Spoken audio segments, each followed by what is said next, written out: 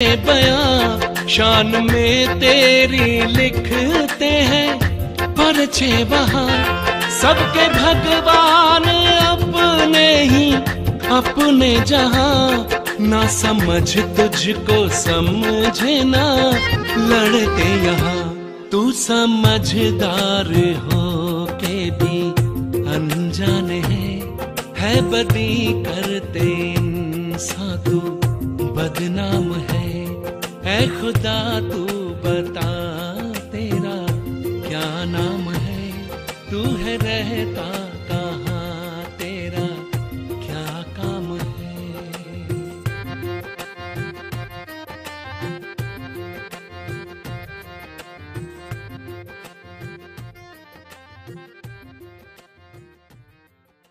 अपने स्थान पर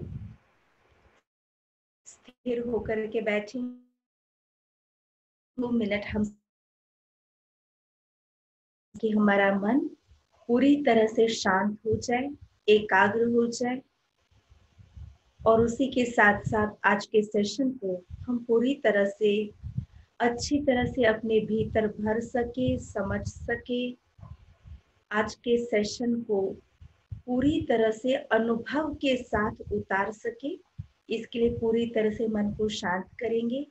आप अपने पास जो भी डिवाइस के साथ बैठे हैं तो उसको भी आपके सामने एक बार सेट कर ले और बैठ जाएंगे। कोई खड़े है, कोई हिल रहे हैं, जहां भी है, जहां तक हो सके हम आपसे रिक्वेस्ट करेंगे कि आप सीधा बैठ करके इसको सुने, चाहे आप चेयर पे बैठे, चाहे आप सोफे पे बैठे, जमीन पर बैठे, जहां पर भी बैठे, आप अच्छी तरह से बैठ करके गर्दन सीधी करेंगे, अपने बैकबोन को भी स्ट्रेट रखेंगे। एक बार लंबा श्वास लेंगे, फिर छोड़ेंगे, फिर से एक बार लंबा श्वास लेंगे, फिर छोड़ेंगे। अब अपने मन को पूरी तरह से स्व पर केंद्रित कर लीजिए। रोज शाम के समय पर आप अपने घर में दिया जगाते हैं, तो आज इस शरीर रूपी घर में आत्मा का दिया जगा कर बैठेंगे। आत्म ज्योति का दीपक जगना ही शुभ होता है, गुड फीलिंग देने वाला, प्रसन्नता अनुभव कराने वाला है, शांति की अनुभूति देने वाला है। तो अपने मन को स्वयं की भ्रुकुटी के बीच केंद्रित करते हुए स्वयं के आत्म ज्योति को जगाइए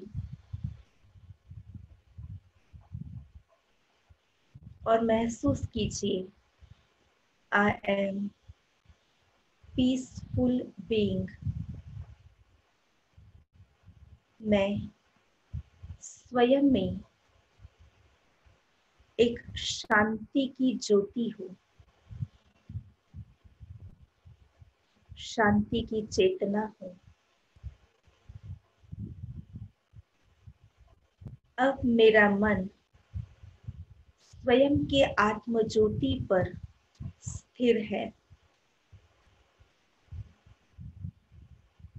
पूरी तरह से आत्म ज्योति पर मैं केंद्रित हूँ,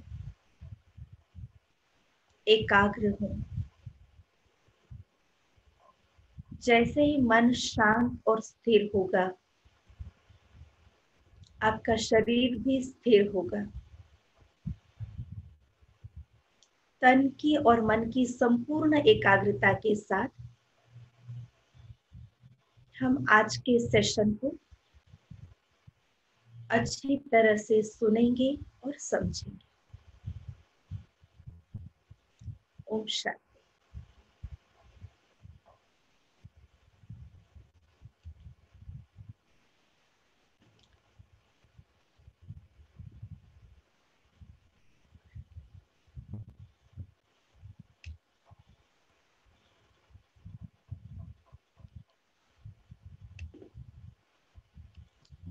कल हम सभी ने परमात्मा का परिचय सुना। भगवान कौन है, भगवान की सही पहचान क्या है। आज तक हम भगवान को किस किस रूप में ढूंढ रहे थे, और वास्तव में सही रूप में भगवान कौन है जिसको हम सबका मालिक कह रहे थे। तो सबका मालिक, सबका पिता, हम सब आत्माओं के परम पिता, सुप्रीम पिता जो है वो एक ज्योति है, पॉइंट ऑफ लाइट है, देवों के देव महादेव शिव है। तो परमात्मा ईश्वर शिव है।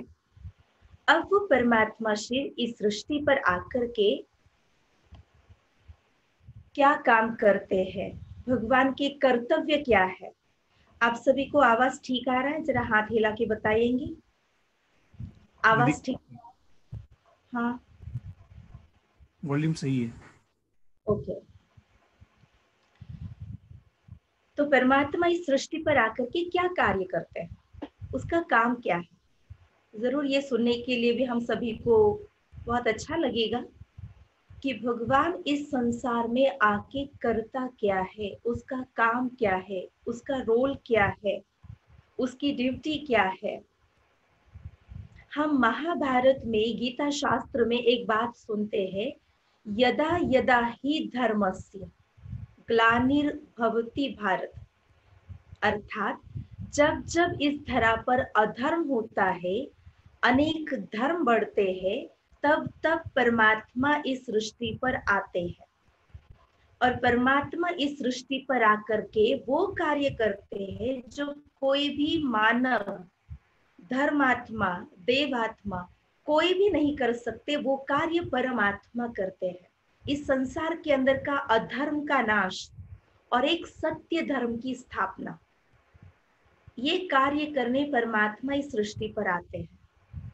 परंतु एक बात है, परमात्मा को अपना कार्य करना है तो उसे हमारे जैसा फिजिकल देह नहीं है। वो तो जन्म मरण से न्यारा है, अशरीरी है, बॉडीलेस है। तो फिर वो अपना कार्य कैसे करेगा? क्योंकि आत्मा जब शरीर में है तो हम हर कार्य शरीर के द्वारा कर सकते हैं। जब आत्मा शरीर से अलग हो जाती है तो ना शरीर कुछ कर सकता है, ना केवल आत्मा कुछ कर सकती है। तो आत्मा और शरीर के कंबाइंड होने से ही कार्य सिद्धि है। तो परमात्मा तो ज्योति रूप है, उसे तो अपना खुद का शरीर नहीं है, तो वो अपना कार्य कैसे करेंगे? भगवान अपना कार्य कैसे करते हैं? वैसे तो ऑलमाइटी है, सर्वशक्तिवान है, वो ऊपर बैठे भी अपना कार्य कर सकते हैं।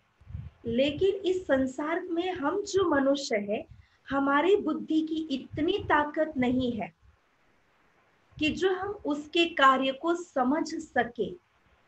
इसके लिए भगवान को इस संसार में आकर के हमारे जैसे मानव रूप धारण करके कार्य करना होता है।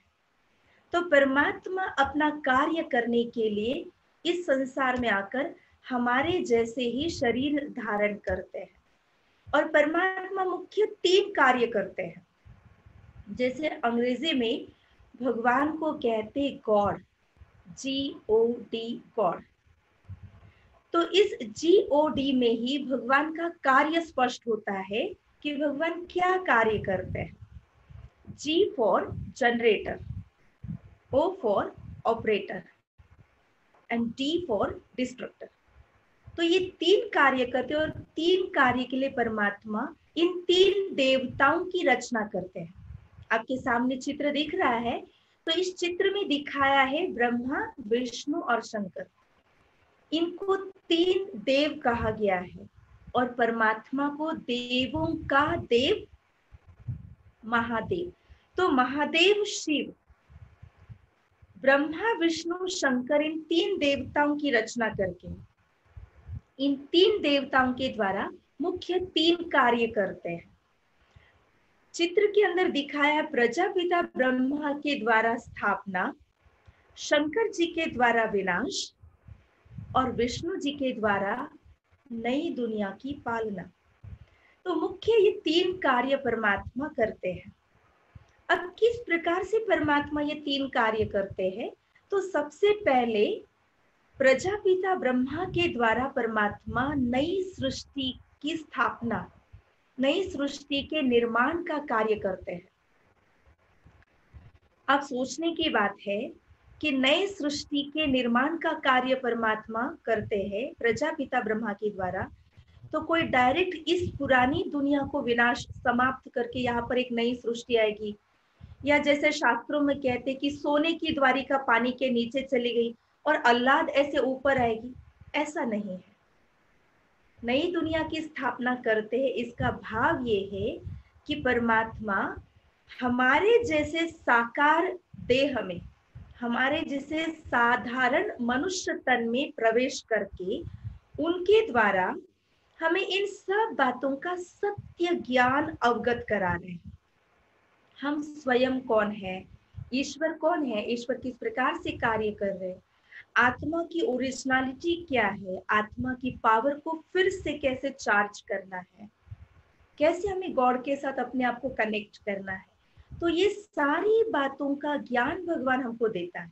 और इस ज्ञान से क्या होगा, जितना जितना हम ये ज्ञान सुनते हैं, इसी के साथ साथ मेडिटेशन करते हैं, तो ज्ञान और ध्यान, इन दो बातों से हमारे संस्कारों में परिवर्तन आता है। और जब मनुष्यों के संस्कार परिवर्तन होंगे, संस्कारों में एक डिविनिटी आएगी, प्योरिटी आएगी, तो डिवाइन संस्कारों से ही एक दैवी दुनिया की स्थापना होगी।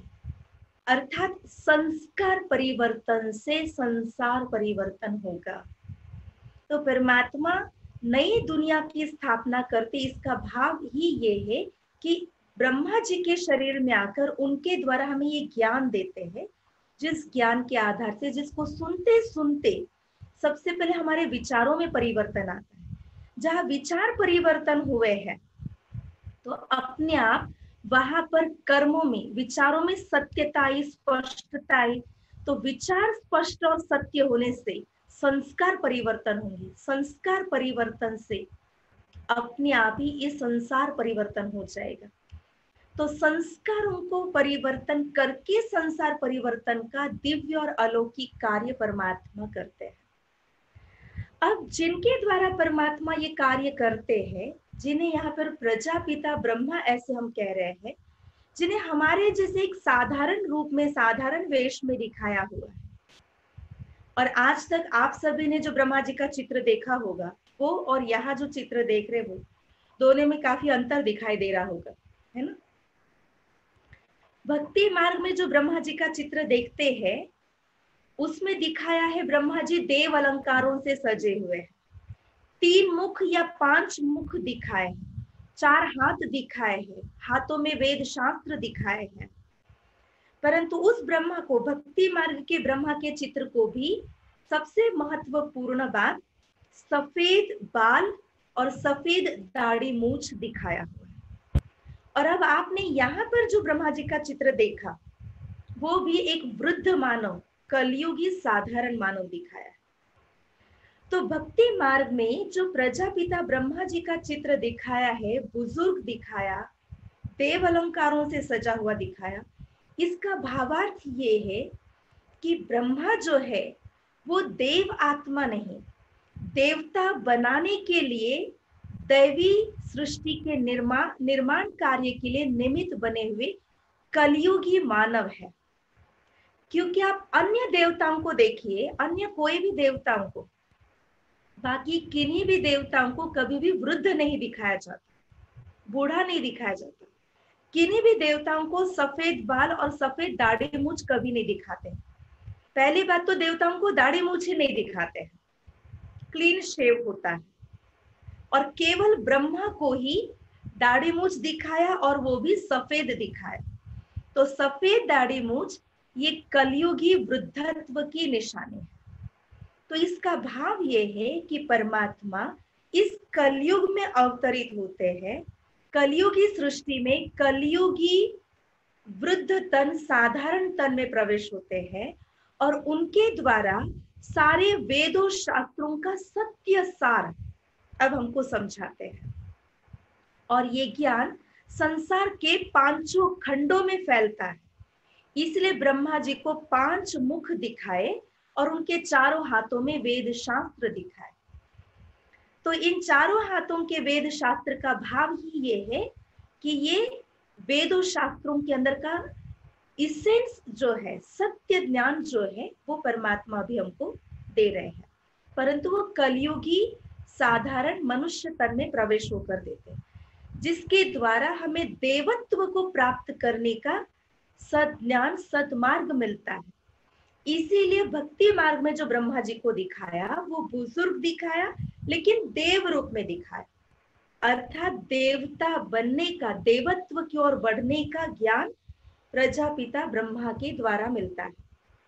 अब यहाँ पर जो आप ब्रह्मा जी का चित्र देखा, साधारण बुजुर्ग तन, गीता में भगवान ने एक सेंटेंस कहा हुआ है, उसमें भगवान ने ये कहा है कि इस सत धर्म की स्थापना के कार्य के लिए मैं साधारण तन का आधार लेता हूं, परंतु मूढ़मति मानव मेरे इस साधारण स्वरूप को पहचान नहीं सकता है। कोटों में कोई और कोई में भी कोई ही पहचाने। तो भगवान इस साधारण बुजुर्ग तन में आकर के अपना ये दिव्य कार्य करना शुरू कर चुके हैं, कर रहे हैं। आज संसार में करोड़ों की आबादी है, इसमें से बहुत थोड़े हैं जो भगवान को पहचान रहे हैं, इसमें से बहुत थोड़े हैं जो आप अभी यहाँ पर पहुंचे हैं और इस ज्ञान को सुन रहे, समझ रहे, परमात्मा से जुड़ने का प्रयास कर रहे हैं। कोटों में कोई और कोई में भी कोई ही इस बात को समझेंगे, ऐसे गीता शास्त्र में स्पष्ट लिखा हुआ है। और उसमें से आप हैं जो आप अभी यहाँ पर पहुंचे हुए हैं। तो जिस तन का परमात्मा ने आधार लिया, अगर उनके बारे में बताना चाहूं तो वो व्यक्ति भी आप जैसे गृहस्थ मानव है। वो सिंध हैदराबाद के रहिवासी सिंधी परिवार से थे। उनका पहला नाम दादा लेखराज ऐसे था। बचपन से उनके अंदर बहुत भक्ति भावना थी, महिलाओं के लिए बहुत रिस्पेक्ट था और उन्होंने अपने जीवन में करीब 12 गुरु किए हुए थे। कोई भी गुरु घर में आएंगे तो हर गुरुओं का बहुत आदर-तिथ्य करते थे। उनका आदर-तिथ्य करना, सम्मान करना, सभी परिवार वालों को, अड़ोस पड़ोस वालों को इकट्ठा करके उनका सत्संग रखना, उन्हें दान पुण्य करके भरपूर करके भेजना, ऐसे उनका नियम था दादा लेखराज जी का। फिर ये दादा लेखराज जी प्रजापिता ब्रह्मा कैसे बने? तो उन्होंने अपने जीवन काल में जो बहुत भक्ति कर रहे थे और वो उनके जीवन काल में हीरे जवाहरात के व्यापारी थे। उनका उस समय संपर्क बड़े बड़े राजा महाराजाओं के साथ था। उस समय के ब्रिटिश वॉइसरॉय आदि के साथ उनका उठना बैठना था और उनके अंदर सच्चाई, ईमानदारी, ये सारे संस्कार बहुत नेचुरल थे, जिसके कारण वो लोगों का बहुत दिल जीतते थे। ये बात है आज से 84 इयर्स बैक 1936-37 की। तो उस समय उनके बिजनेस की वजह से और उनके संस्कार के वजह से लोग बहुत ही वो लोकप्रिय थे, लोग उनको बहुत चाहते थे और भक्ति पूजा पाठ के भी संस्कार थे। एक दिन वो अपने घर में गुरु को बुलाए हुए थे, सत्संग चल रहा था। अचानक दादा लेखराज जी को कुछ साक्षात्कार हुआ, तो वो वहां से गुरु के सामने से उठ करके दूसरे कमरे में चले गए। बहुत ध्यान से सुनना ये इंसिडेंट्स। उस समय दादा लेखराज जी उठ करके दूसरे कमरे में चले गए और जैसे दूसरे कमरे में गए तो एकदम ध्यानस्थ हो गए। उनका पूरा कमरा लाल प्रकाश से भर गया, उनकी आंखें लाल लाल हो गई। उस समय उन्हें 3 दृष्टांत हुए, 3 साक्षात्कार हुए। तो सबसे पहला जो साक्षात्कार उन्हें हुआ तो वो लाल कमरा, उनका पूरा कमरा लाल प्रकाश से भर गया और उसमें एक दिव्य ज्योति, बहुत सूक्ष्म ज्योति परंतु बहुत तेजस्वी थी, जिसमें बहुत शाइनिंग था, बहुत लाइट थी और बहुत एनर्जी। शक्ति थी, ऐसी डिवाइन एनर्जी चमक रही थी, और वो ज्योति उस लाल प्रकाश से निकल के उनके शरीर में, उनके भ्रुकुटी में प्रवेश हो रही थी।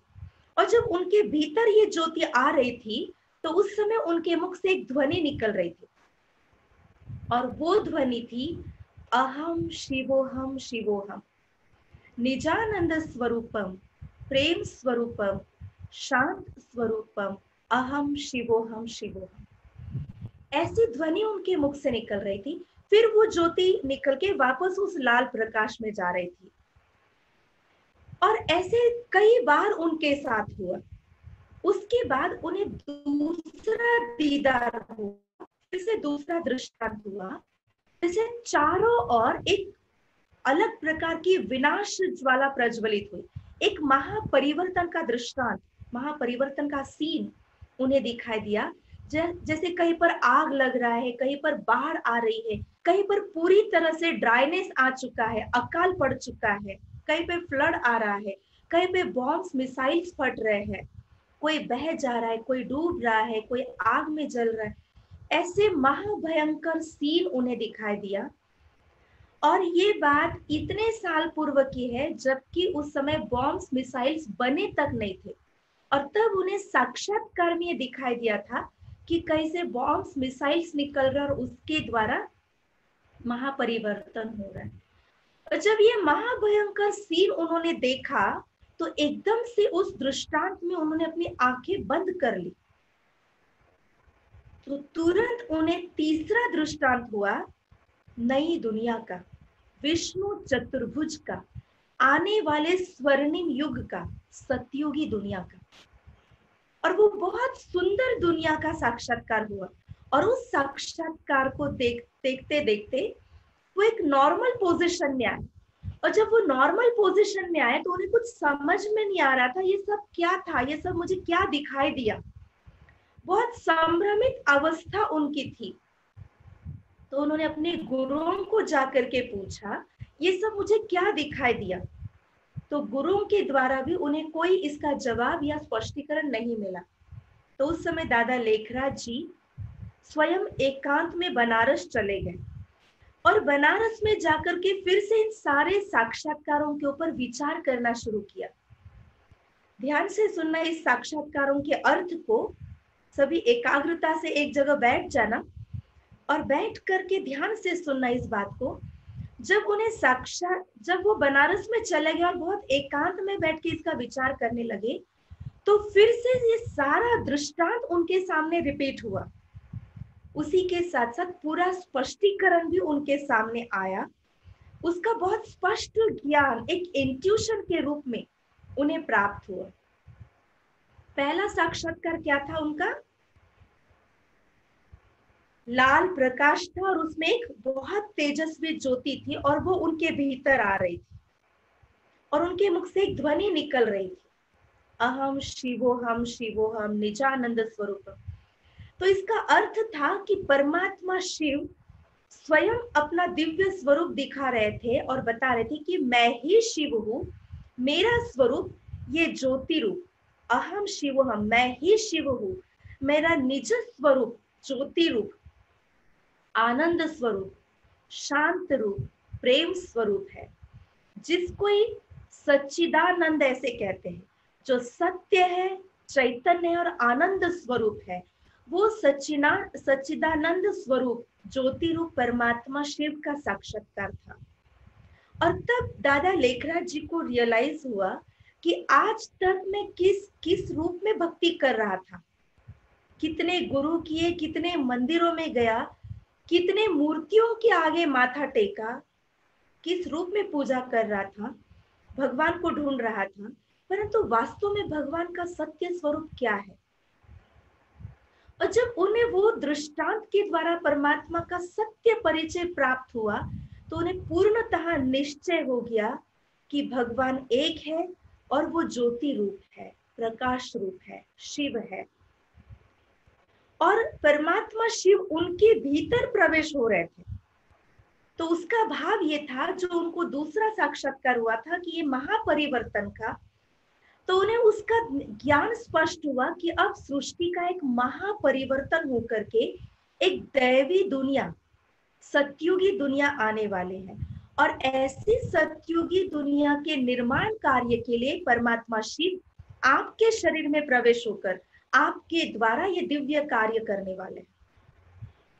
और जब उन्हें ये बात का पूर्णतः ज्ञान हुआ, स्पष्ट, बहुत विस्तार से उन्हें इस बात की समझ आई, और जैसे ये सारी बातें उन्हें स्पष्ट हुई तो वो अपने आप में बहुत हल्के हुए। और उसके बाद उन्होंने अपने आप में एक दृढ़ संकल्प किया, अपना पूरा बिजनेस वाइंड अप किया और अपने तन मन धन सहित ईश्वरीय कार्य में अपने आप को समर्पित किया, सरेंडर किया। और तब से ये ईश्वरीय कार्य की शुरुआत हुई। और तब परमात्मा ने उनका नाम दादा लेखराज से प्रजापिता ब्रह्मा ऐसे रखा। क्यों रखा ये नाम? क्योंकि कहते ब्रह्मा द्वारा ब्राह्मणों का जन्म होता है और भगवान हमको ब्राह्मण बनाना चाहते हैं। अब ब्राह्मण बनाना चाहते अर्थात क्या हमारा धर्म बदलना चाह रहे? नहीं, क्योंकि भगवान हमको लक्ष्य ये देते कि तुम्हें मानव से देव बनना है। और डायरेक्टली देवता बनना ये बहुत बड़ी बात लगती है, लेकिन ब्राह्मण बनना, तो देवता और ब्राह्मणों के संस्कार सिमिलर है। ब्राह्मणों में भी डिविनिटी प्योरिटी है और देवताओं में भी वो संस्कार है। तो अब हमें ब्राह्मण बनना है कहेंगे तो इजी लगेगा, क्योंकि ब्राह्मणों के भी आचार विचार व्यवहार आहार इन सब बातों में पवित्रता शुद्धि होती है। और परमात्मा हमें ब्राह्मण बनाना चाहता है, अर्थात ही हमारे विचार आचार व्यवहार आहार इन सब में एक शुद्धि लाना चाहता है। तभी हम देवत्व की ओर, डिविनिटी की ओर बढ़ सकते हैं। इसलिए आज के संसार में भी देखो, ब्राह्मण कुल या ब्राह्मण जाति सबसे ऊंची मानी गई है। परंतु आज के ब्राह्मणों को अगर देखा जाए तो उनके अंदर इस ऊंचे कुल की धारणाएं कुछ भी नहीं बची है, केवल नाम के ब्राह्मण रहे। अब भगवान हमें नाम का ब्राह्मण नहीं, लेकिन संस्कारों से ब्राह्मण बनाना चाहता है। इसीलिए उनका नाम दादा लेखराज से प्रजापिता ब्रह्मा ऐसे रखा। तो इस ब्रह्मा के द्वारा परमात्मा ये सत्य ज्ञान देकर ज्ञान के आधार से हमारे संस्कारों की शुद्धि करते, जिस संस्कारों के शुद्धिकरण से एक सुंदर दुनिया की निर्मिति हो सकती है। तो एक तरफ ये स्थापना का कार्य चल रहा है, तो दूसरी तरफ इस संसार के अंदर की जो तमो प्रधानता है, उस तमो प्रधानता का नाश, उस तमो प्रधानता की समाप्ति के लिए परमात्मा शंकर जी को निमित्त बनाते हैं और शंकर जी के द्वारा इस दुनिया का विनाश। इसलिए चित्र में दिखाया है, एक तरफ है प्रजापिता ब्रह्मा द्वारा स्थापना, तो दूसरी तरफ है शंकर जी के द्वारा विनाश। ये दोनों कार्य साइमल्टेनियसली चलते हैं, साथ साथ चलते हैं। और फिर जो आने वाली नई दुनिया है, उस नई दुनिया की पालना के लिए विष्णु जी को निमित्त रखते हैं। इसलिए कहते हैं विष्णु पालनहार। तो विष्णु के द्वारा पालना करते हैं और हमें भी इस ज्ञान और योग के मार्ग का लक्ष्य यही देते कि तुम्हें मानव से देव बनना है। और देवताओं में भी विष्णु को सर्वश्रेष्ठ माना गया है, तो देवताओं में भी विष्णु समान बनने का लक्ष्य भगवान हमको देते हैं। अब विष्णु समान बनना है तो उसके लिए हमें क्या करना होगा? कैसे हम विष्णु जैसा बनेंगे, कैसे हम देवताओं के जैसे बनेंगे? क्योंकि देवता भी हमारे जैसे ही शारीरिक रूप में है, फिजिकल फॉर्म में है, परंतु उन्हें देवता कहा गया और हम मानव कहला रहे हैं। तो कैसे हम भी देवता बन सकेंगे? और देवता बनने के लिए एक आइडियल पिक्चर या एक आइडियल इमेज हमारे सामने जो है वो विष्णु जी है। तो विष्णु समान बनने के लिए क्या करना है वो भी इसी चित्र के अंदर दर्शाया हुआ है। आप ध्यान से चित्र को देखिए, विष्णु को 4 हाथ दिखाए हैं।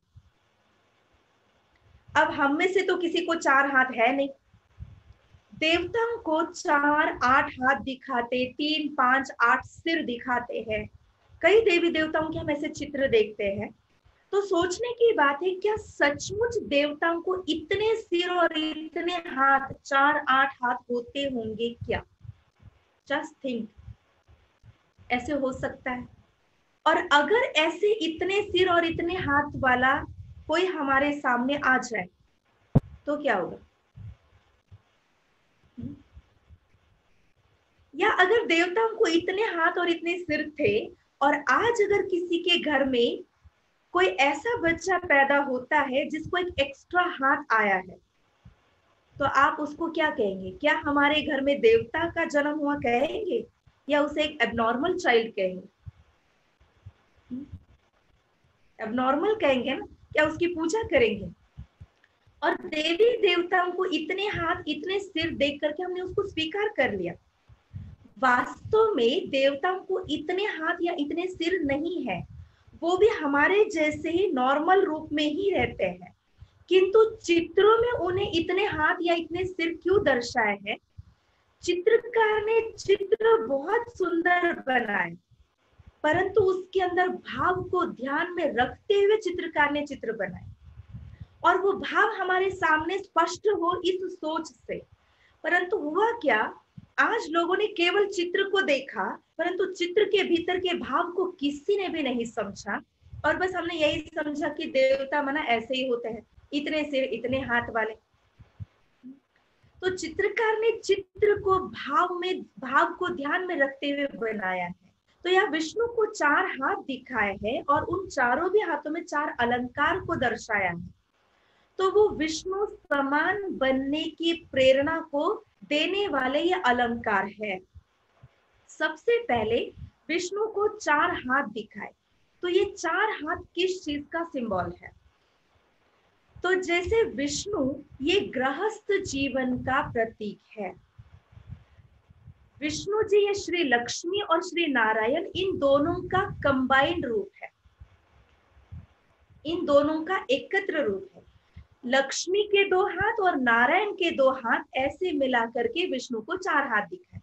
इसलिए आज की दुनिया में भी जब किसी की शादी होती है तो शादी के उपरांत उसे कहते हैं अब इसके 2 के 4 हाथ हो गए, ऐसे कहते हैं ना, अब इनके 2 के 4 हाथ हो गए। अब 2 के 4 हाथ हो गए, इसका अर्थ क्या है?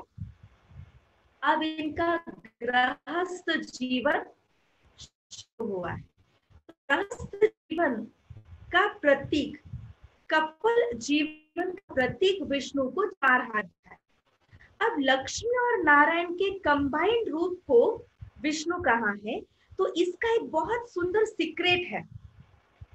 अगर हमें मानव से देव बनना है, हमें मनुष्य से देवता बनना है, विष्णु समान बनना है, तो विष्णु समान बनने का एक बहुत सुंदर रहस्य इस कंबाइंड रूप में है। लक्ष्मी और नारायण को एकत्र रूप में दिखाया। लक्ष्मी नारायण ये बहुत एक आइडियल कपल है, आदर्श गृहस्थ जो है वो लक्ष्मी नारायण। इसलिए आज भी जब किसी का विवाह होता है तो उन्हें भी कहते लक्ष्मी नारायण का जोड़ा, ऐसे कहते हैं। कभी राम सीता का जोड़ा ऐसा क्यों नहीं कहते? लक्ष्मी नारायण का जोड़ा ऐसा क्यों कहते हैं?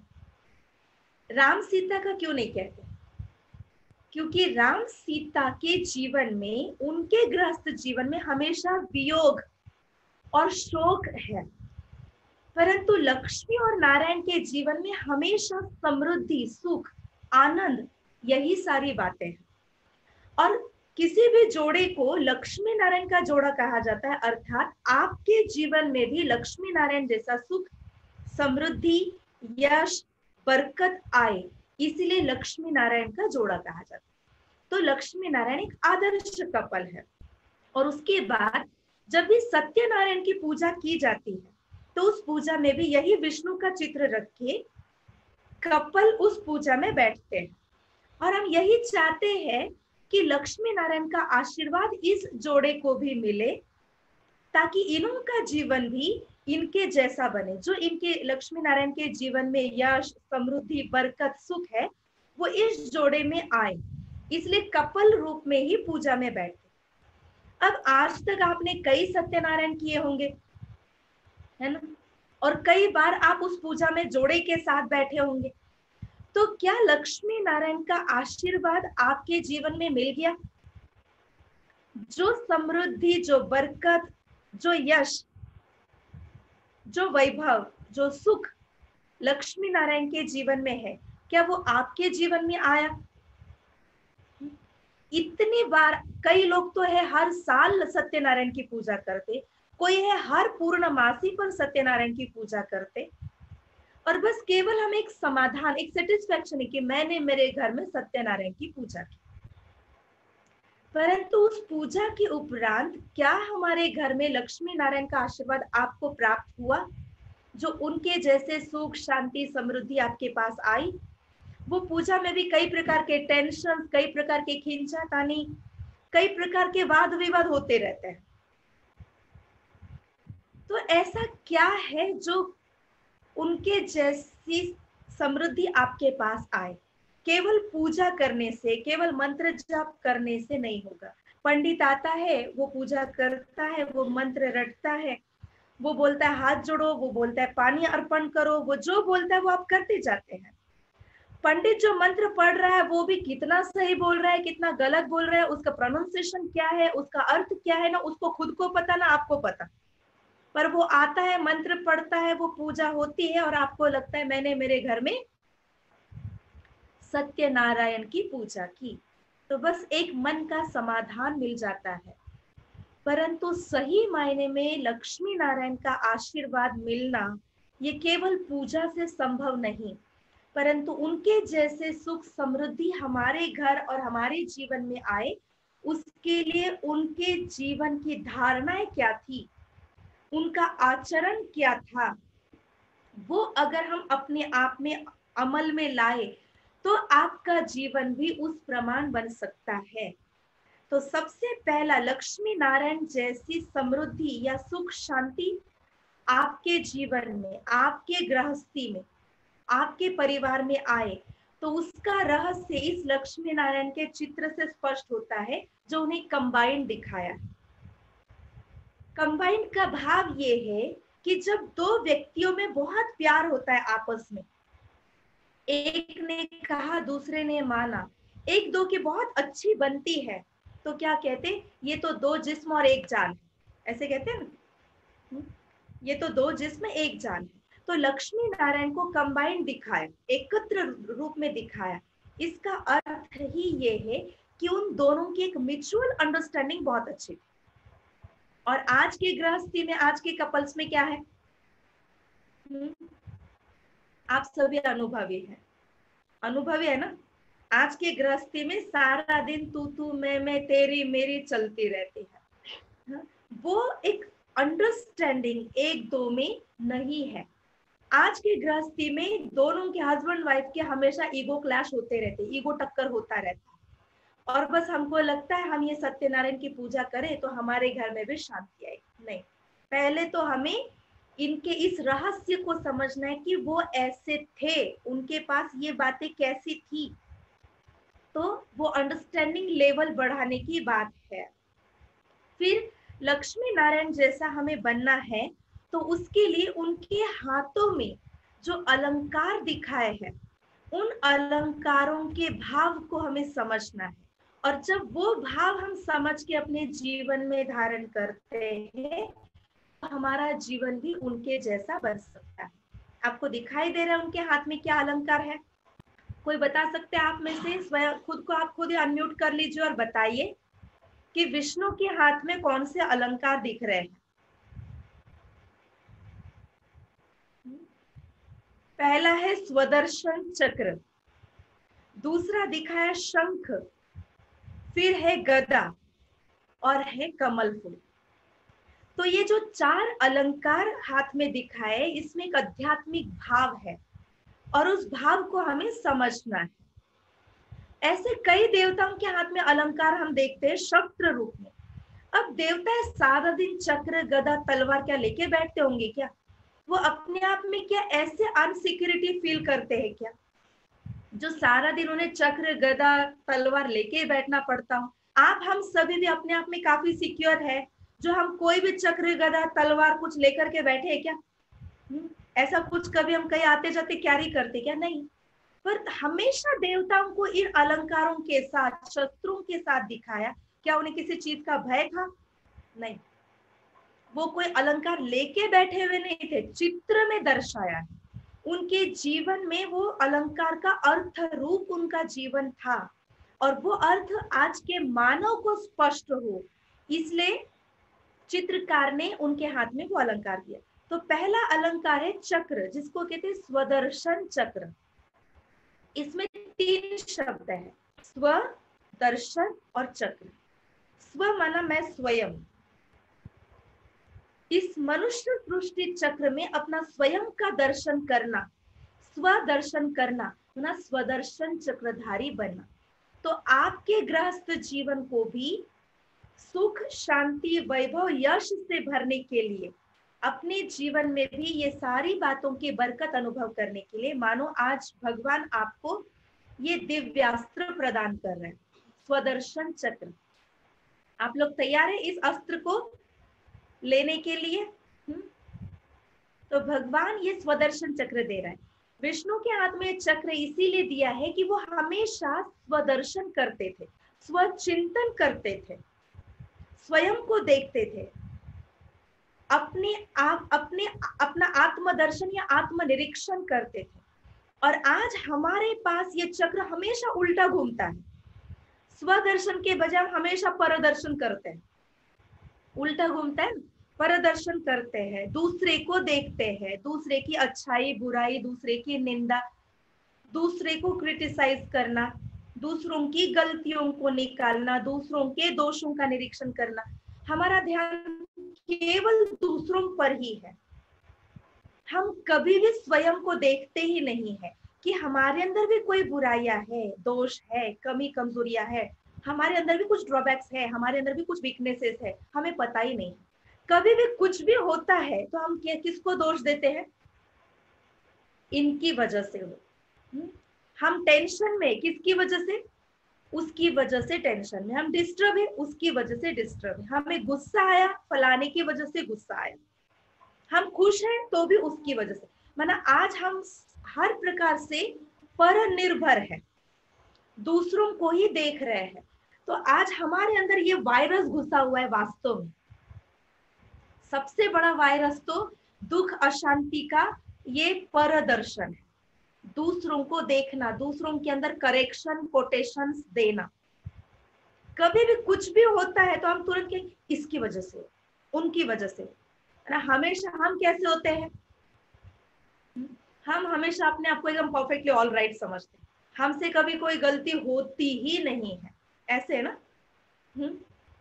ऐसे ही लगता है ना? हम तो कभी गलत होते ही नहीं। कभी भी कुछ भी हुआ तो गलत कौन है? सामने वाला, दूसरा। और ये दूसरों की गलतियों को, बुराइयों को देख करके ही हम अपने आप में चिंतित है, टेंशन में है, दुखी है। और हमारे रिश्तों में भी क्या है? रिश्तों में भी दरार है, डिस्टेंस है, रिलेशनशिप गैप है, क्योंकि हम दूसरों की बुराइयों को देख रहे हैं। और लक्ष्मी नारायण अपने आप में हमेशा हैप्पीएस्ट थे, खुश थे। तो उनके खुशी का सीक्रेट ये है कि उनके पास स्वदर्शन चक्र था। तो आज से हम भी अपने आप को सदा खुश, सदा शांति, सुख से भरपूर रखना चाहते हैं, तो हम इस दिव्यास्त्र का प्रयोग करना स्टार्ट करें। अर्थात हम सिर्फ आत्मचिंतन करें, आत्मदर्शन करें, स्वदर्शन करें। अपने मन में जब स्वचिंतन चलेगा तो अपने आप परदर्शन तो कट हो जाएगा ना। इसलिए बताया जाता है शास्त्रों में कि देवताओं ने इस चक्र से राक्षसों का गला काटा। अब सोचने की बात है, देवताओं के समय ऐसे भी कोई राक्षस थे क्या जिन्हें ऐसी हिंसा करनी पड़ी? नहीं, देवताओं के साथ ऐसे कोई राक्षस थे नहीं। अब राक्षस कौन है? जो हम सीरियलों में, चित्रपट या चित्रों में देखते हैं, वो राक्षस, बड़े सींग और बड़े दांत वाला। ऐसा कभी हमने हकीकत में देखा है? ऐसे राक्षस देखे किसी ने हकीकत में? नहीं, ये सिर्फ हम चित्रों में और चित्रपटों में ही देख सकते हैं, हकीकत में नहीं। तो बड़ा सिंह, बड़े दांत, ऐसा अकड़ा विकड़ा स्वरूप जो राक्षस का दिखाते हैं, तो ये बुराइयों को रिप्रेजेंट किया जा रहा है और अच्छाइयों को देव रूप में दिखाया है, 4 हाथों में अलंकार आदि ऐसे। तो अच्छे गुणों को देव रूप में दर्शाया और बुराइयों को राक्षस रूप में दर्शाया। तो राक्षस बुराइयों का प्रतीक है, और बुराई अर्थात क्या? जो काम, क्रोध, लोभ, मोह, अहंकार, ईर्ष्या, द्वेष, नफरत, घृणा, कलह, क्लेश, इन सभी बातों का प्रतीक राक्षस है। तो क्या ये सारी बुराइयां आज आप हम सभी में नहीं है? कम ज्यादा परसेंटेज में क्या लगता है या नहीं? ये सारी बुराइयां आप हम सभी में है या नहीं? है ना? तो फिर राक्षसी संस्कार किसके अंदर है? आज के मानव में है।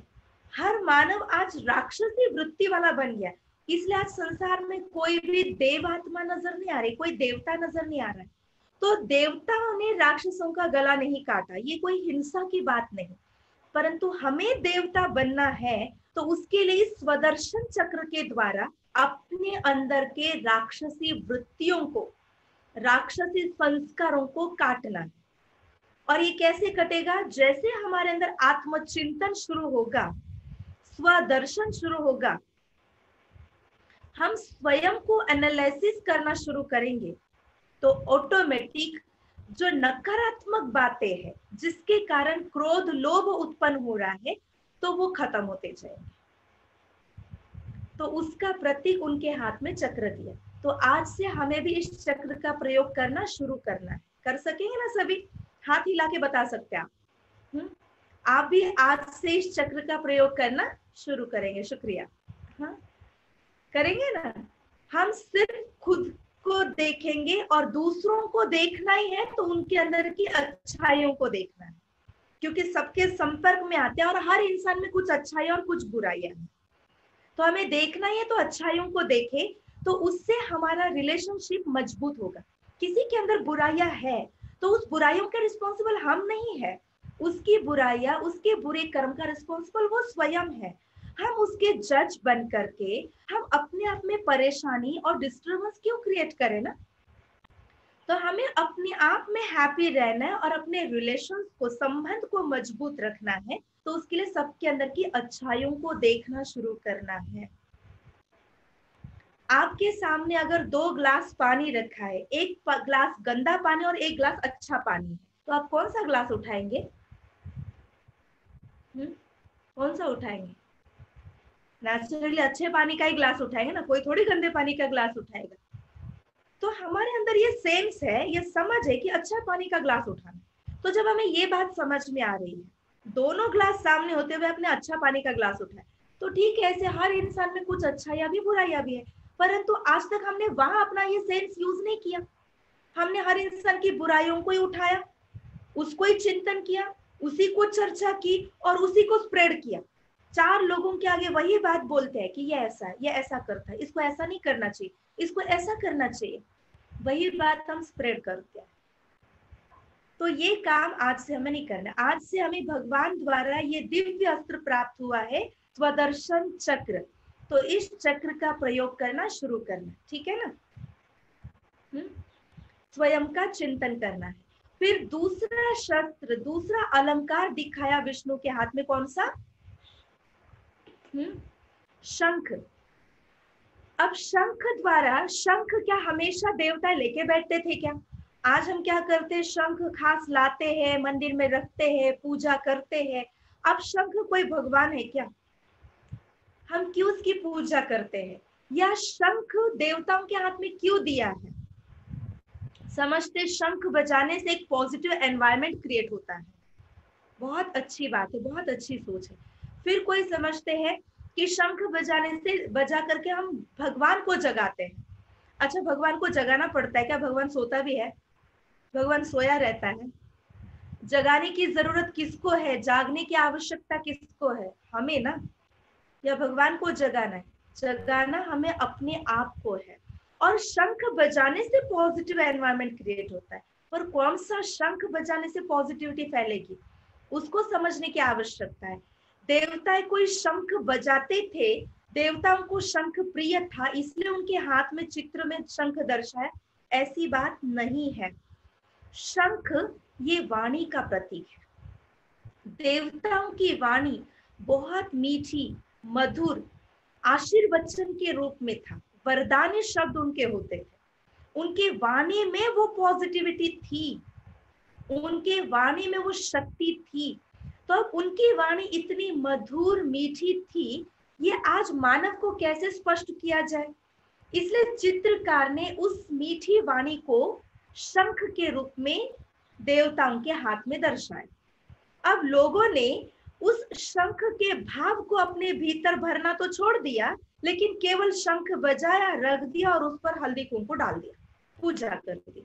तो शंख कोई पूजा करने के लिए या बजाने के लिए नहीं, शंख ये अपने वाणी का प्रतीक है। तो हमें अपना मुख रूपी शंख बजाना, सही रीति से बजाना सीखना। सही रीति बजाना सीखना अर्थात हमें अपनी वाणी को कैसे बनाना है वो समझना है। देवताओं की वाणी में जैसे मिठास थी, माधुर्य था, तो हमें भी अपने वाणी में वो मिठास, वो माधुर्य, आशीर्वचन, शुभ वचन, शुद्ध वचन निकालने। हमारे मुख से कभी भी किसी के लिए कोई कटु वचन, किसी को हर्ट करने वाले, दुख दर्द देने वाले ऐसे शब्द नहीं निकालने हैं, क्योंकि जो हम निकालेंगे रिटर्न में हमें वही तो मिलता है ना।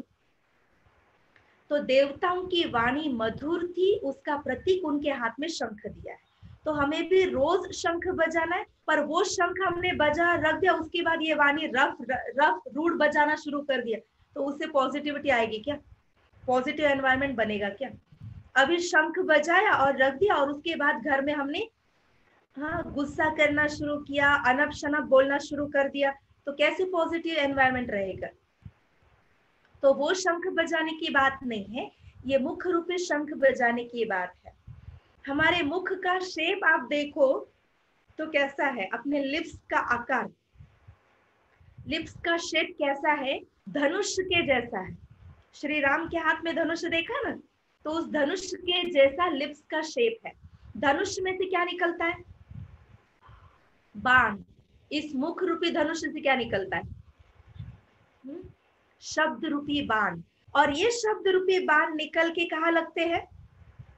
किसी के दिल को चुभते हैं, या अगर ये शब्द रूपी बाण माधुर्य पूर्ण है तो किसी के दिल को जाकर के आह्लाद स्पर्श करके उसे आनंद देते हैं। तो हमें अपने मुख रूपी धनुष से ऐसे शब्द रूपी बाण निकालने हैं जो किसी को सुनने की दिल हो, आपसे बात करने में रुचि आए, मन लगे। ऐसे नहीं कि आपके शब्दों में ऐसे रफ या रूडनेस या कटुता हो जिससे लोग सोचे कि इससे तो 4 हाथ दूर रहना ही अच्छा है, आपको देख करके कोई रास्ता ही बदल ले कि इससे बात करूं तो कुछ ना कुछ टेंशन ही क्रिएट होता है या दिल को दर्द होता है, उसके बजाय तो बात नहीं करूं वही अच्छा है। नहीं, किसी को लगे कि इनसे मिलो, इनसे बात करो। जब इनसे बात करते तो मन को बहुत शांति मिलती है। जब इनसे 2 मिनट भी बात करते हैं तो कुछ ना कुछ रास्ता मिलता है, सॉल्यूशन मिलता है। ऐसे हमारी वाणी है। तो उस सुंदर माधुर्यपूर्ण वाणी का प्रतीक देवताओं के हाथ में शंख दिया है। बाकी शंख कोई पूजने के लिए या बजाने के लिए नहीं, पॉजिटिव एनवायरनमेंट क्रिएट होता है इस मुख रूपी शंख से। तो हमें इस शंख को रोज जब भी बजाओ तो कैसे बजाओ? मधुरता से, आशीर्वाद के रूप में। ठीक है ना? तो आज से शंख बजाना शुरू करेंगे। अच्छा बजाना सीखेंगे? हाथ हिला के बताइए। तो आज से शंख सही मायने में बजाएंगे, ठीक है ना? सही मायने में शंख बजाना सीखेंगे। फिर तीसरा अलंकार देवताओं के हाथ में, विष्णु के हाथ में दिखाया, गदा। तो गदा ये ज्ञान का प्रतीक है। बुद्धि में जैसे युद्ध के मैदान में होते तो गदा कंधे पर होता है, युद्ध पूरा हुआ, विजय की निशानी गदा नीचे है। तो विष्णु अर्थात विजयी है, उसकी निशानी उनके हाथ, उनकी गदा नीचे रखी हुई दिखाई। तो हमें विष्णु समान बनना है तो इस गदा का इस्तेमाल करना है। अभी हम सभी युद्ध के मैदान में, तो गदा हमें कंधे पर रखना है। कंधे पर अर्थात इस ज्ञान को, जो ज्ञान हम सुन रहे, इस नॉलेज को बुद्धि में इमर्ज रूप में, जागृत रूप में रखना है। तो उस जागृत रूप में रखने का प्रतीक गदा है, ज्ञान का प्रतीक गदा। और ज्ञान बुद्धि में जागृत रखना है, समय पर ज्ञान को याद करके इस ज्ञान रूपी शस्त्र का समय पर प्रयोग करना और विपरीत परिस्थिति को जीतना, उसका प्रतीक गदा है। और चौथा अलंकार क्या है? चौथा क्या है? विष्णु के हाथ में कमल पुष्प। अब आप देखो, कमल पुष्प खिलता कहाँ है? कहाँ खिलता है? कीचड़ में, है ना? कमल पुष्प कीचड़ में खिलता है, लेकिन हमेशा उसको देवताओं के हाथ में दिखाया। इवन श्री लक्ष्मी जी को भी कमल आसन पे बैठा हुआ दिखाया। अब प्रैक्टिकल ऐसे संभव नहीं है कमल फूल पर कोई बैठे, परंतु चित्र में दिखाया है कमल पर बैठा हुआ। ये चित्र में दिखा सकते, हकीकत में कोई बैठ नहीं सकता है। या देवताओं के हाथ में कमल दिखाया है, तो इसका भाव ये है कि कमल फूल खिलता कीचड़ में है, लेकिन फिर भी वो कीचड़ से अलिप्त है, डिटैच है। कीचड़ ही उसकी दुनिया है, उसका संसार है, उसके मूल और पत्ते अर्थात उसकी फैमिली है। तो कमल का फूल उसके फैमिली से जुड़ा हुआ है, उस कीचड़ में ही रहता है और खिलता है। लेकिन कीचड़ उठा के भी कोई डाले तो उस पर कुछ प्रभाव नहीं पड़ता है, वो तुरंत फिसल जाता है उस फूल के ऊपर से। अर्थात कमल फूल ने अपनी ब्यूटी को इतना ब्यूटीफुली मेंटेन रखा है कि कीचड़ में रहेगा, कीचड़ में खिलेगा, अपने पत्ते और मूल माना फैमिली के साथ रहेगा, परंतु कीचड़ या गंदगी का अपने ऊपर कोई इफेक्ट होने नहीं देगा। तो इतना अपने आप को कीचड़ से डिटैच, ब्यूटीफुल, प्योर मेंटेन रखा है। और देवताओं का जीवन ऐसा है, बुराइयों से या कीचड़ से, नेगेटिविटी से अलग है, इसलिए उनके हाथ में कमल फूल देखा है। तो हमें भी देवताओं के जैसे जीवन बनाना है, विष्णु समान बनना है, तो अपने जीवन को कमल समान बनाना है, कमल फूल के गुण को अमल में लाना है। जब कमल को अमल में लाएंगे तो हमारा जीवन भी इतना सुंदर होगा। अर्थात आज सारी दुनिया में नेगेटिविटी है ना? नेगेटिविटी है ना, सब तरफ नेगेटिविटी है। तो इस नेगेटिविटी में, इस कीचड़ में हमें रहना है, अपने परिवार के साथ रहना, पर इनमें रहते हुए इस नेगेटिविटी का असर हमारे ऊपर होने नहीं देना। तो ये कैसे संभव है? कीचड़ में रहो पर कीचड़ से अलग रहो। तो ये तभी संभव है जब हमारे ऊपर रोज ज्ञान का फ्लो होता रहेगा, स्पिरिचुअल नॉलेज का फ्लो जब रेगुलरली होता रहेगा, उस फ्लो में अगर हम रहते हैं तो कीचड़ में रहते हुए, नेगेटिविटी में रहते हुए, बुराइयों के बीच रहते हुए भी उस बुराई का असर हमारे ऊपर नहीं आएगा। तो जब कमल फूल के इस सुंदर गुण को हम अमल में लाएंगे तो हमारा जीवन भी इतना सुंदर बन सकता है। तो उसका प्रतीक देवताओं के हाथ में कमल फूल दिखाया है। तो ऐसे चारों ही अलंकारों के भाव को, अर्थ को जब हम अपने जीवन में उतारेंगे, तब हमारा जीवन भी विष्णु समान या देवताओं के समान हो सकता है। उसका प्रतीक ऐसे देवताओं के हाथ में यह अलंकार दिखाए हुए हैं। तो विष्णु पालनहार है, परंतु विष्णु जैसा हमें बनना है तो इन चारों ही अलंकारों के अर्थ को अपने भीतर हमें उतारना है, अपने जीवन में, आचरण में लाना है। बात मुश्किल नहीं है, बहुत इजी है, सिर्फ थोड़ा सा अटेंशन देने की जरूरत है। तो इस प्रकार से इन तीन देवताओं के द्वारा परमात्मा अपना कार्य करते हैं। आप चित्र को देखिए, ऊपर में निराकार पॉइंट ऑफ लाइट ज्योति दिखाया है, और वो परमात्मा ज्योति प्रजापिता ब्रह्मा के द्वारा स्थापना, शंकर जी के द्वारा विनाश और विष्णु के द्वारा पालना, ऐसे मुख्य तीन कार्य करते हैं। इन तीनों से वो डिटैच है, ऊपर है। ये तीन देवताएं उस परमात्मा की रचना है। ये तीन देवताएं हैं और ऊपर जो दिखाया पॉइंट ऑफ लाइट वो परमात्मा है, भगवान है। कल हमने सुना देवता और भगवान में अंतर है। भगवान एक है और वो शरीर के रूप में नहीं, वो ज्योति रूप है। और देवता अर्थात हमारे जैसे शारीरिक रूप में, और देवता अनेक है। तो उसमें से ये 3 देवता है, परंतु इन 3 देवताओं से वो निराकार शिव अलग है। पर आज तक हम सभी ने शिव और शंकर इन दोनों को एक ही समझा। यह चित्र में शंकर देवता दिखा और शिव ऊपर में ज्योति रूप में दिखाया है, परंतु वास्तव में शिव और शंकर ये दोनों अलग अलग है। और आज तक की हमारी मान्यता, हमारी भावना, हमारी समझ ये है कि शिव और शंकर एक है। तो आपके सामने जो चित्र, इस चित्र को ध्यान से देखिए। एक तरफ दिखाया शिवलिंग और दूसरी तरफ दिखाया शंकर को मूर्ति रूप में। शिव प्रतिमा है और शंकर मूर्ति रूप में दिखा है। शंकर जी को हमारे जैसे शारीरिक रूप में दर्शाया हुआ है। शिव जो है वो ज्योति रूप है, पॉइंट ऑफ लाइट। उसकी पूजा करने के लिए लिंग रूप मानव ने बनाया है, पर वास्तव में शिव तो जस्ट एक पॉइंट ऑफ लाइट और शंकर तो देह रूप में है।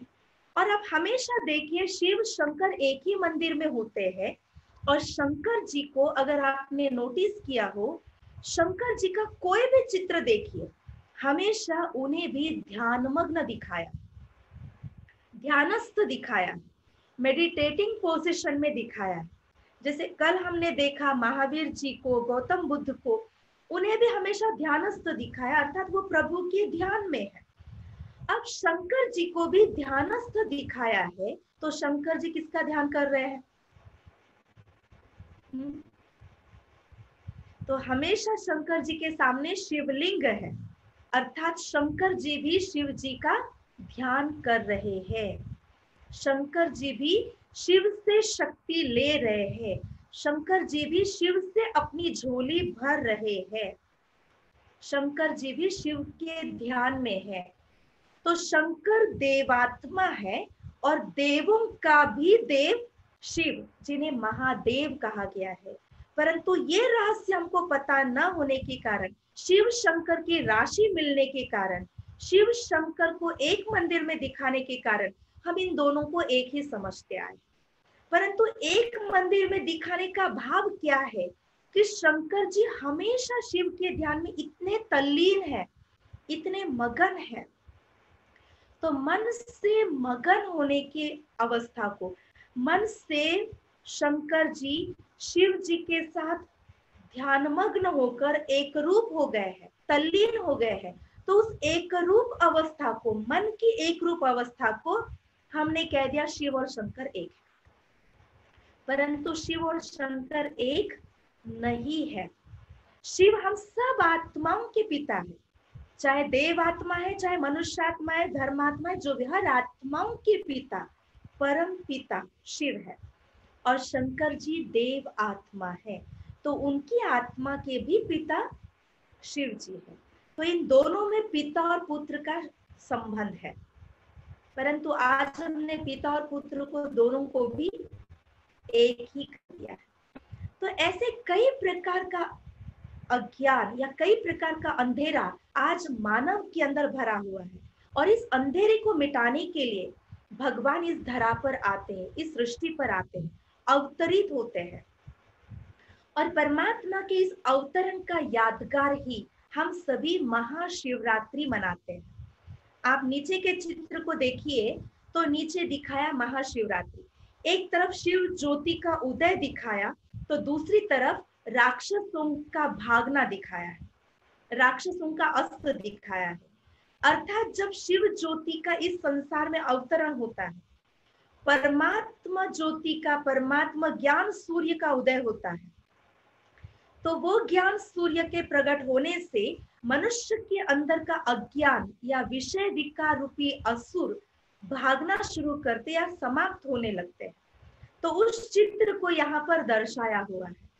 तो परमात्मा का इस सृष्टि पर आना, प्रजापिता ब्रह्मा के शरीर में अवतरित होना और अवतरित होकर के ये महान कार्य करना, जो हर मानव मात्र को ज्ञान से अवगत करा के, ज्ञान की रोशनी देके भीतर का अज्ञान और अंधश्रद्धा समाप्त करने का ये दिव्य कार्य, जिससे मनुष्य की मनोवृत्ति सकारात्मक होना, शुद्ध होना, ये दिव्य कार्य कोई भी मनुष्य नहीं कर सकता।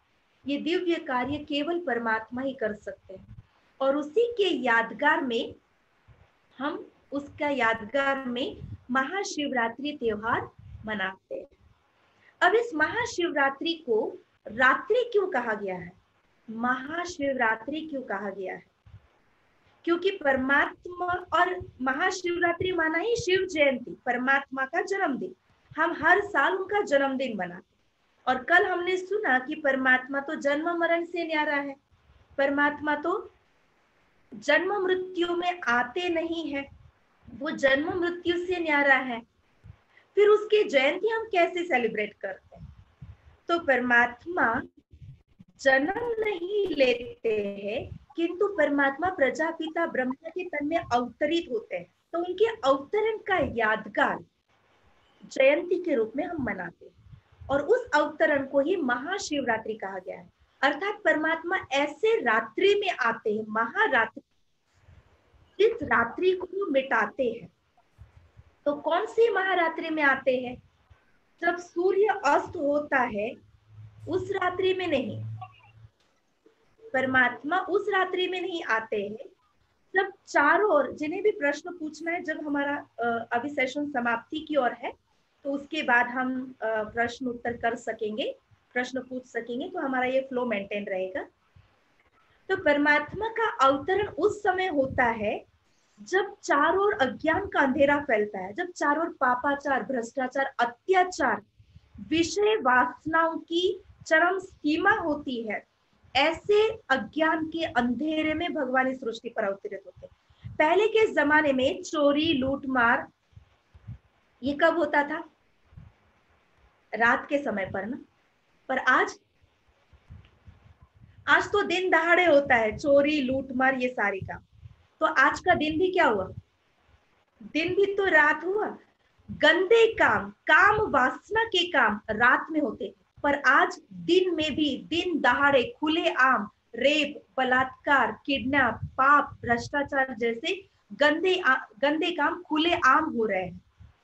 तो आज का दिन भी विषय विकारों की घोर रात्रि बन गई है।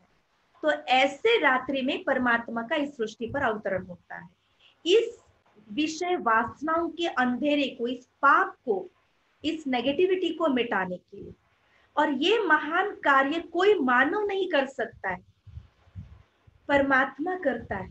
और वो आकर के मनुष्यों की मनोवृत्ति को शुद्ध और श्रेष्ठ बनाता है, आत्मज्ञान दे करके, सबके प्रति आत्मिक भाव हर एक के भीतर भर करके। तो इसीलिए उसके इस अवतरण को हम महाशिवरात्रि नाम देते हैं। और फिर महाशिवरात्रि के दिन हम करते क्या है सभी? बहुत विशेष करते, क्या करते हैं? एक तो महाशिवरात्रि पर हम शिव मंदिर में जाते हैं, राइट, पूजा करते हैं। और दूसरा, उस दिन पर सबसे विशेष काम क्या करते? उपवास, व्रत, फास्ट रखते हैं, है ना। ये दो काम करते हैं। पहली बात जो कि हम इस दिवस पर पूजा करते, शिव मंदिर में जाते। पूरा साल शिव मंदिर खाली पड़ा रहता है, परंतु शिवरात्रि के दिन हमें लंबी लाइन, धूप में लंबी लाइन लगा करके भी शिव के दर्शन लेने ही लेने, तो ही हमारा शिवरात्रि सार्थक, तो ही शिव जी हमारे ऊपर प्रसन्न होंगे, है ना।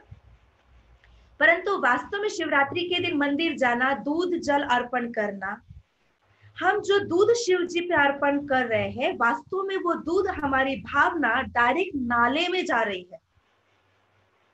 वास्तव में परमात्मा को हमारा दूध जल का अभिषेक नहीं चाहिए। परमात्मा परम धाम निवासी है, हम मन बुद्धि से उसके पास जाकर अपने संपूर्ण पवित्र प्रेम का अभिषेक उसको करें, तो वो सच्ची भक्ति है।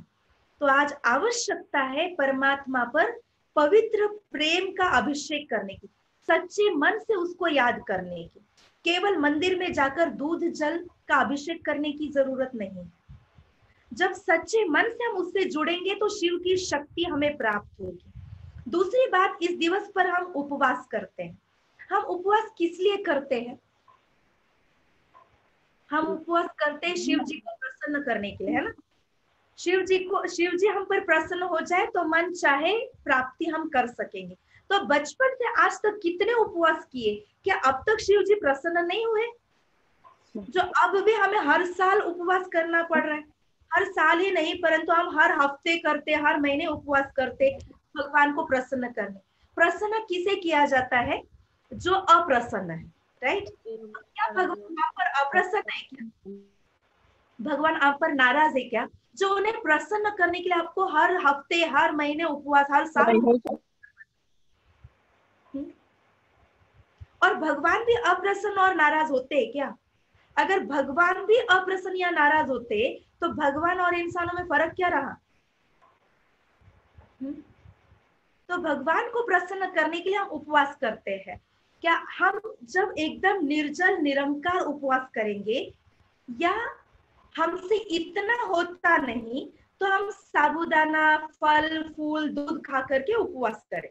जब इस तरीके से हम उपवास करेंगे तो भगवान हम पर प्रसन्न होंगे और जो चाहे वो मिलेगा। तो क्या मिल गया? आज तक जो चाहे वो मिल गया? ऐसे ही उपवास से भगवान प्रसन्न होता है क्या?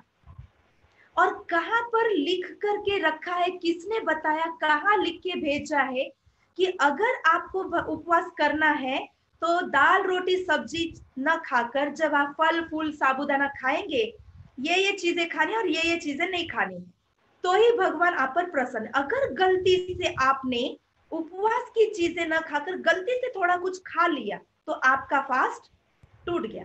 अब जब आपका व्रत टूट गया तो भगवान अभी आपको पनिश करेगा, है ना? तो भगवान क्या सबको पनिशमेंट देने के लिए बैठा है? भगवान तो केवल सबको सद्मार्ग, शांति, सुख देने के लिए बैठा है, ना कि पनिशमेंट करने के लिए। और भगवान हमसे इस प्रकार के उपवास को एक्सपेक्ट करता है क्या? सोचने की बात है। एक तरफ हम भगवान को कहते हैं वो अन्नदाता है, वो हमारे माता पिता है। भगवान को हम कहते हैं ना, त्वमेव माताश्च पिता। आप भी आपके बच्चे के माँ बाप है, आप अपने बच्चे के पेरेंट्स है, माता पिता है। आपका बच्चा कभी अगर खाना नहीं खाता, भूखा रहता है, तो आपको अच्छा लगता है? अच्छा लगता है? नहीं।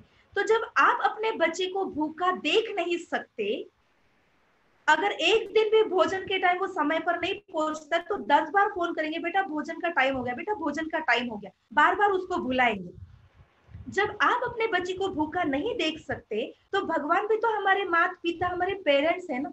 और वो ऐसे कैसे पेरेंट्स है, जब हम एकदम निर्जल निरंकार व्रत करेंगे तो वो खुश हो जाएंगे और मन चाहे प्राप्ति हम कर सकेंगे? ये कौन सा कंसेप्ट है? भगवान अन्नदाता है, वो खिलाने वाला है। वो हमसे कभी नहीं चाहता है कि आप भूखे प्यासे रहो या आप दाल रोटी चावल के बजाय फल फूल दूध खाओ तो मैं खुश हूं। नहीं, ये हमारी सोच है, ये हमारी समझ है। उपवास की ये विधि निकालने के पीछे भी एक अच्छा भाव था, क्योंकि आजकल हर इंसान बहुत बिजी हो गया, बहुत कारोबार में व्यस्त है। तो परमात्मा के साथ बैठने, उसका चिंतन करने का समय आज मानव के पास नहीं। इसलिए उपवास करना मतलब खाना कम खाना, खाना कम खाना अर्थात काम कम करना। क्योंकि आज सारा टाइम हमारा किसके पीछे जाता है? सब्जियां लाओ, अनाज लाओ, खाना बनाओ, साफ करो, खाओ, खिलाओ, रखो, फिर रिपीट वही करो, उसी में हमारा सारा समय जा रहा है। लेकिन उपवास करना माना कम खाओ कम बनाओ। जब कम खाओ कम बनाओ तो आपके पास समय ज्यादा बच गया। तो ज्यादा समय बच गया तो आप ज्यादा से ज्यादा समय भगवान का ध्यान कर सको, इसलिए उपवास की यह विधि निकाली गई थी। परंतु हुआ क्या, आज उपवास के दिन हमें भगवान से भी ज्यादा भोजन का ही ध्यान होता है। होता नहीं होता है? जिस दिन उपवास होता है उस दिन भगवान का ध्यान ज्यादा नहीं, पर भोजन का ध्यान। उपवास है तो क्या खाना है, क्या बनाना है, क्या क्या लाना है। शिवरात्रि आती है तो महाशिवरात्रि के 8 दिन पहले से साबूदाना लाओ, मूंगफली लाओ, भूंज के रखो, साफ करके रखो, ऐसे चलता है ना। तो उपवास का भाव ये नहीं कि आप कौन सी चीजें खाओ और कौन सी नहीं खाओ। उपवास अर्थात सात्विक खाओ और कम खाओ, पर रोज उपवास करो। रोज उपवास करो अर्थात रोज जो खाते हो सात्विक खाओ। अगर रोज हम अगर साबूदाना खाया, फ्रूट्स खाए, इसी में उपवास है और इसी से भगवान प्रसन्न होता है, तो हम रोज यही खाए ना। फिर रोज साबूदाना फल फ्रूट ही खा सकेंगे रोज यही? क्योंकि अगर हमने दूसरा कुछ खाया तो भगवान नाराज हो जाएगा, आपका फास्ट टूट जाएगा। तो भगवान को हमें नाराज क्यों करना है? रोज ही प्रसन्न करना है ना, हफ्ते में एक दिन या साल में एक दिन क्यों? रोज भगवान को हमें प्रसन्न रखना है, तो रोज हम यही चीजें खा सकेंगे? नहीं। तो उपवास का अर्थ ये नहीं क्या खा और क्या नहीं खा, केवल खाना ही है तो शुद्ध भोजन खाना है, सात्विक भोजन खाना है, और थोड़ा भूख से कम खाना है, और ज्यादा से ज्यादा प्रभु का ध्यान करना है, भगवान का ध्यान करना है। इसलिए उपवास का अर्थ क्या है? इसमें दो शब्द है, उप और वास। उप माना ऊपर, वास माना निवास करना। ऊपर जहां भगवान रहता है वहां मन और बुद्धि से निवास करना, ज्यादा से ज्यादा समय भगवान के ध्यान में रहना, प्रभु ध्यान करना, ये उपवास है। पर हो क्या रहा है? प्रभु ध्यान के बजाय भोजन का ध्यान हो रहा है। अगर समझो हमारा कल उपवास है, हमारा अगर कल उपवास है, तो आज से हमारा क्या शुरू होता है? रात को खाना खाते समय हम क्या कहेंगे? बेटा एक रोटी ज्यादा खा ले। क्यों? क्योंकि कल तुम्हारा उपवास है, तो रात को दबा के खाना है। फिर कल उपवास है तो रात को ही साबूदाना भिगा के रखना है, सुबह उठते चाय पीना है, साबूदाने की खिचड़ी भी खानी है, फ्रूट भी खाना है। जितने बार कोई चाय पी रहा उतने बार मेरा उपवास है, इसलिए चाय, मेरे लिए भी चाय रखना। कोई बाहर जा रहा है, अरे थोड़ा फ्रूट्स लेके आना। क्यों? क्योंकि मेरा उपवास है। थोड़ा दूध एक्स्ट्रा लाना। क्यों? क्योंकि मेरा उपवास है। दिन भर उपवास के नाम पर हम खा ही रहे। अच्छा, अब जब परसों उपवास छोड़ना है, तो छोड़ने के टाइम पर भी क्या करना है? पूरी तलना है, खीर बनाना है, पकोड़ा बनाना है, सब एकदम तला भुना हेवी मीठा डाइट लेना है। तो एक दिन उपवास के पीछे 3 दिन हम दबा के खा रहे हैं, तो क्या ये हमारा उपवास सार्थक हो रहा है? क्या इसे सार्थक कहेंगे? नहीं ना। तो उपवास का भाव ये नहीं है कि आप ये चीजें खाओ, ये चीजें नहीं खाओ। आप जो रोज का खाना खाते वही भोजन में सात्विकता हो, शुद्धि हो, और जितनी भूख है उससे थोड़ा कम खाओ, तो हम फिजिकली भी हल्के रहेंगे और मेंटली भी हल्के रहेंगे। क्योंकि ज्यादा खाने से सुस्ती आती है, और जैसे प्रभु का ध्यान करने बैठते तो झुटका आता है। पर भूख से थोड़ा थोड़ा कम खाने से कभी बीमार भी नहीं होंगे और कभी सुस्ती भी नहीं आएंगे, हमेशा आप फ्रेश रहेंगे। तो इसलिए उपवास केवल हफ्ते में एक दिन या महीने में एक दिन या साल में एक दिन नहीं करना। काम नहीं कर रहे। उपवास हमें हर दिन करना है, एवरीडे उपवास करना है, और हर दिन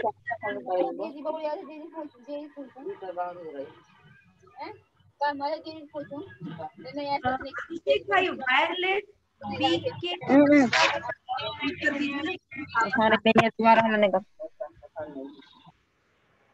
अभिषेक भाई इनको, हाँ ठीक। तो उपवास हमें हर दिन करना है, हर घड़ी करना है, हर पल करना है, पर हमेशा परमात्मा का ध्यान करना है, प्रभु ध्यान में रहना है। और जितना हम मन बुद्धि से परमात्मा की याद में रहेंगे, उतनी शिव की शक्तियां हमारे अंदर आती रहेगी। और जितना परमात्मा की शक्तियां अपने अंदर आती रहेंगी, अर्थात हम अपने आप में प्रसन्न रहेंगे। हमें भगवान को प्रसन्न करने की जरूरत नहीं, प्रसन्न हमें खुद को रहने की आवश्यकता है। हमें खुद को प्रसन्न रहना है तो उसके लिए परमात्मा का ध्यान करना है।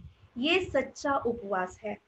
और इस प्रकार से कई प्रकार की अंधश्रद्धाएं, कई प्रकार के रिचुअल्स हम बहुत ब्लाइंडली फॉलो कर रहे हैं, और ये सारा अज्ञान का अंधेरा दूर करने के लिए परमात्मा का इस सृष्टि पर अवतरण होता है। और इस सृष्टि पर आकर के वो हमें ये सद ज्ञान, सद मार्ग दर्शा रहे हैं कि जिसके आधार से हम अपने जीवन को शांति, खुशी, समृद्धि, यश, वैभव, बरकत से भर सके, और अपने जीवन को भी लक्ष्मी नारायण के जैसे बना सके। तो ये कार्य अब परमात्मा इस सृष्टि पर आकर के करते हैं। और जितना हम परमात्मा का ध्यान करते हैं तो ये उपवास है। उपवास की कोई घड़ी नहीं, कोई दिन नहीं। बाकी अपने बॉडी को डिटॉक्सिफिकेशन के लिए उपवास करना है, वो बात अलग है, वो आप कभी भी कर सकते हैं। पर भगवान के ध्यान पर भूखे प्यासे रहना, ये तो एक प्रकार से उसकी ग्लानि है।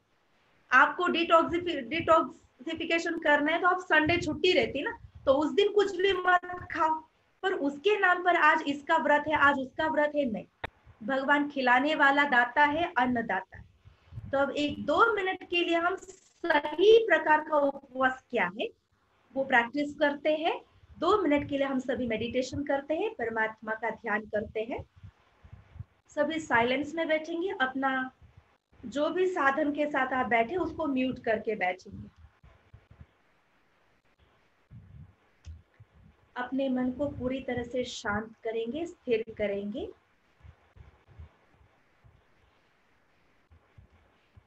कुछ क्षण के लिए अपने मन को सब तरफ से हटाते हुए स्वयं पर केंद्रित कीजिए।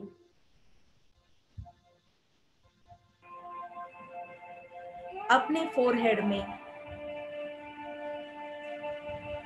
चमकती हुई आत्म ज्योति को देखिए। इस सुंदर शाम के शुभ वेला पर आत्मा का दीपक जगाइए। अपने मस्तक के बीच आत्म ज्योति को जगाकर अंतर मन में परम ज्योति का भी स्मरण कीजिए। परम पिता परमात्मा जो सर्वशक्तिवान है, जो शांति और सुख का सागर है, जो ocean of love, ocean of powers है।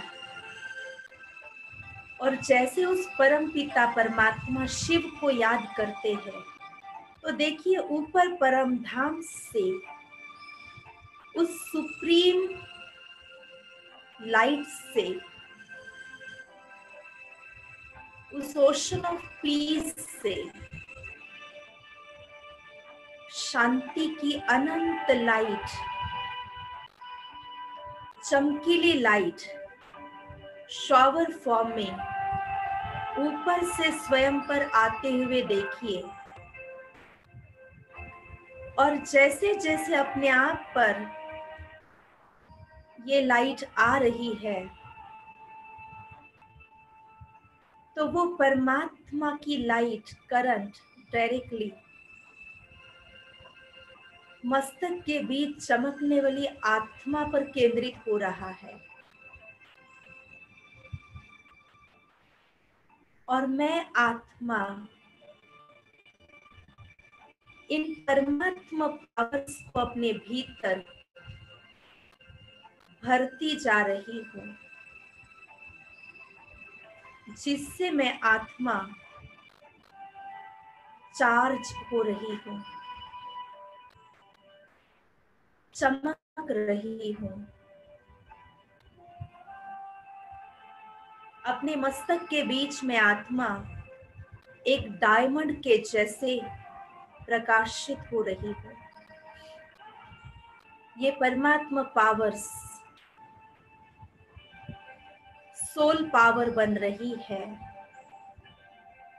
और उसी के साथ गॉड्स पावर शॉवर फॉर्म में मेरे मस्तक पर फैलते फैलते मेरे शरीर के चारों ओर परमात्मा शक्तियों का एक ऑरा, आभा मंडल बन रहा है। स्क्रीन पर जो चित्र दिख रहा है उसको देखिए और स्वयं को उस रूप में महसूस कीजिए। जो परमात्मा शक्तियां उस पावर हाउस से अपने ऊपर कंटिन्यूअस आ रही है। बहुत क्लियर स्वयं को विजुअलाइज कीजिए। महाज्योति शिव स्वयं मुझ पर शांति की शक्ति का अभिषेक कर रहे हैं, और मैं अपने आप में शांति सागर की लाइट से,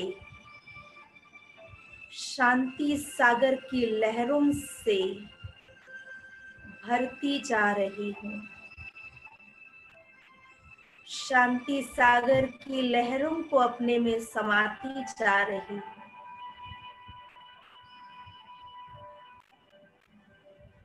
मैं अपने आप में बहुत शांत हो रही हूँ।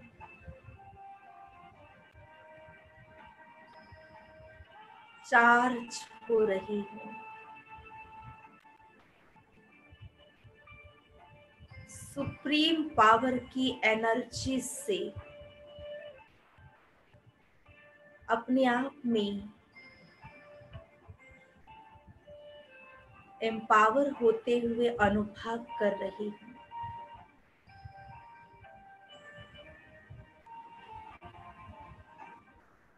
ओम शांति शांति शांति।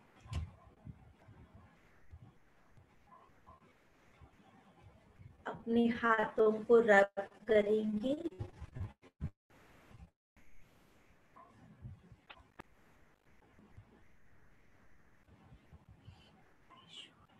ओम शांति।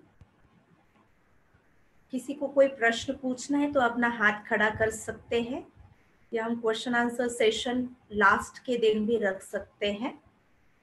और स्पेशली कल का जो सेशन है मेडिटेशन के लिए, कंसंट्रेशन क्यों नहीं हो पाता है, क्या लीकेज है, क्यों हमारा मन भटकता है, और एकाग्र करने के लिए कौन से बातों की आवश्यकता है, कल के सेशन में हम सुनेंगे। आज के लिए ओम शांति।